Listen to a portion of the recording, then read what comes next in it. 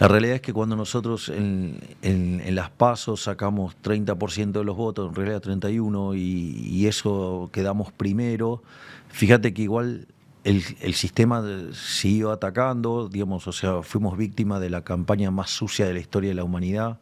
No solo por agentes internos, sino externos que financiaron, digamos, toda esa campaña negativa y llegamos al poder. Ahora, era claro que no iban a ser en condiciones normales de presión y temperatura, como te decía antes. Entonces estaba el desequilibrio monetario del Rodrigazo. Pensá que el Rodrigazo implicó multiplicar por 6 la tasa de inflación. Teníamos un problema, un desequilibrio en el balance del Banco Central que era peor que el que había en la previa de Alfonsín, el hiper de Alfonsín. No solo eso, sino que además teníamos indicadores sociales peores que los del 2001. Por lo tanto, estaban dadas todas las condiciones para una mega crisis que iba a ser la peor crisis de la historia argentina. ¿Había bombas puestas tácticamente en distintos lugares? Sí, sí. ¿Es como te dejo dinamitado el edificio? Sí, digamos, sí, porque ellos apostaban que nosotros no éramos liberales libertarios, sino que éramos libertarados. ¿Cuánto crees que apostaban que iban a aguantar ustedes?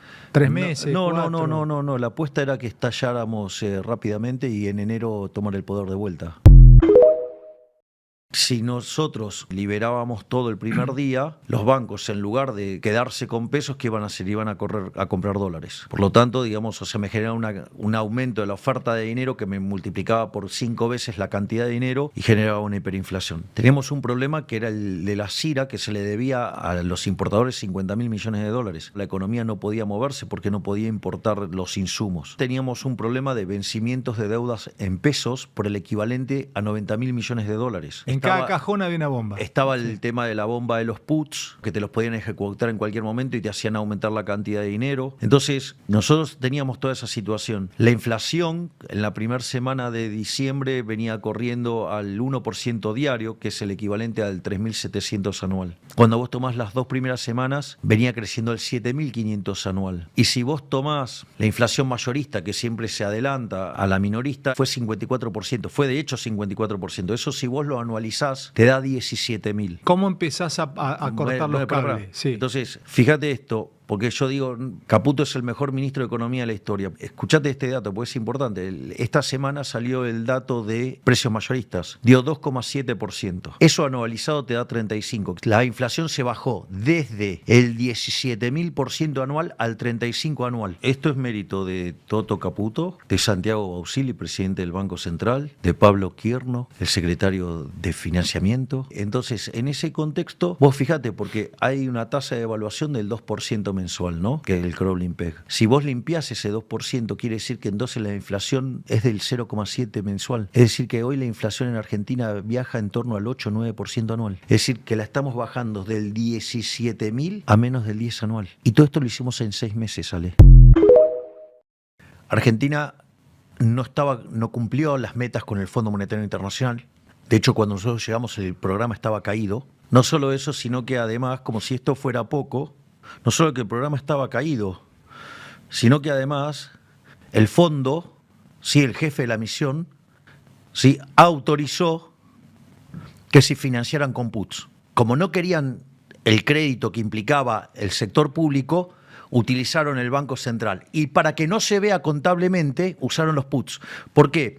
Porque en la contabilidad regulatoria los puts, sí, se pone el valor de la opción, no el contingente. Explícale a la audiencia, explícame a mí, porque yo soy audiencia, porque no entiendo mucho. El put te obliga a vos como Estado a pagarle cuando me lo quieren ejecutar. Que se entienda que ahí hubo complicidad del jefe de la misión del fondo.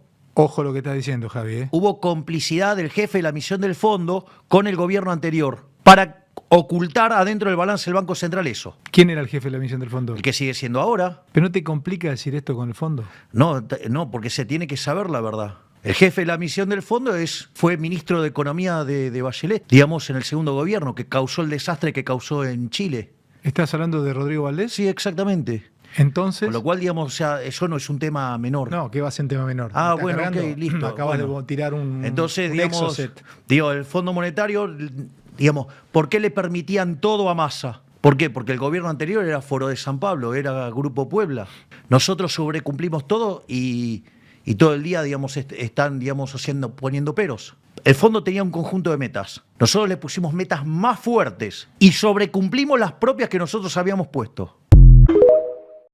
Vos podés hacer cualquier maldad, cualquier atrocidad. Pero ¿sabés qué es lo que nos defiende a nosotros? Es la fortaleza del equilibrio macroeconómico al cual estamos yendo. La prudencia y la dureza monetaria del ajuste que estamos aplicando. ¿Y sabés qué? Nosotros para eso no generamos una hiper en el medio, no hicimos expropiaciones, tipo plan Borex, no fijamos los precios ni fijamos el tipo de cambio. ¿Y por qué Cristina nos gasta el gobierno diciendo, viste cómo es, Javier? Llegaste ese sillón de Rivadavia, viste cómo hay que a veces dejar de lado los...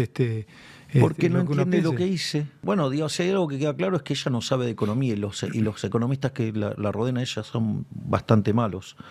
El desastre que le causaron a la Argentina, digamos, es más que evidente. Lo que hacía en el gobierno de Cristina, digo, primero hay que recordarle que agarró el Banco Central con un montón de reservas y dejó las 2 veces dejó reservas negativas. Porque cuando llegó el gobierno de Macri, le habían dejado 25.000 millones de dólares en el mercado de dólar futuro. Y acá habían dejado 11.000 millones de dólares, 12.000 millones de dólares de reservas internacionales negativas. O sea, digo, con lo cual, digo, ella no puede dar muchas clases de qué se hace con el tipo de cambio y demás. O sea, porque además nos dejaron la tasa de inflación viajando al 211%, digamos, y con una aceleración que te la llevaba al 17.000. O sea, bueno, la verdad que mucho para decir no tiene. O sea, aparte hace 10 años que el PBI per cápita en Argentina crece. Y además dejaron la pobreza arriba del 50%. Dale, digo, ¿a qué me venís a hablar? Pará, al margen de todo esto, la burrada que dijo. Porque ellos, ¿qué hacían? Te creaban un tipo de cambio paralelo, un tipo de cambio oficial artificial, para que vos le liquidaras los dólares. Entonces compraba los dólares caros, ¿y qué hacía? Y los vendía baratos a los importadores, al margen del quilombo de la CIRA, ¿no? De los 50.000 millones de dólares eso. Raro eso también, ¿no? Y sí, digamos, o sea... ¿Eso se va a saber en algún momento? Y bueno, digamos, me imagino que la justicia tomará autos en el asunto, digamos, es un poder independiente. Entonces lo que quiero decir es justamente todo lo contrario, porque yo estoy comprando dólares baratos y los vendo caros. Y ella compraba dólares caros y los vendía barato. Y por eso, digamos, tuvo el desastre que tuvo.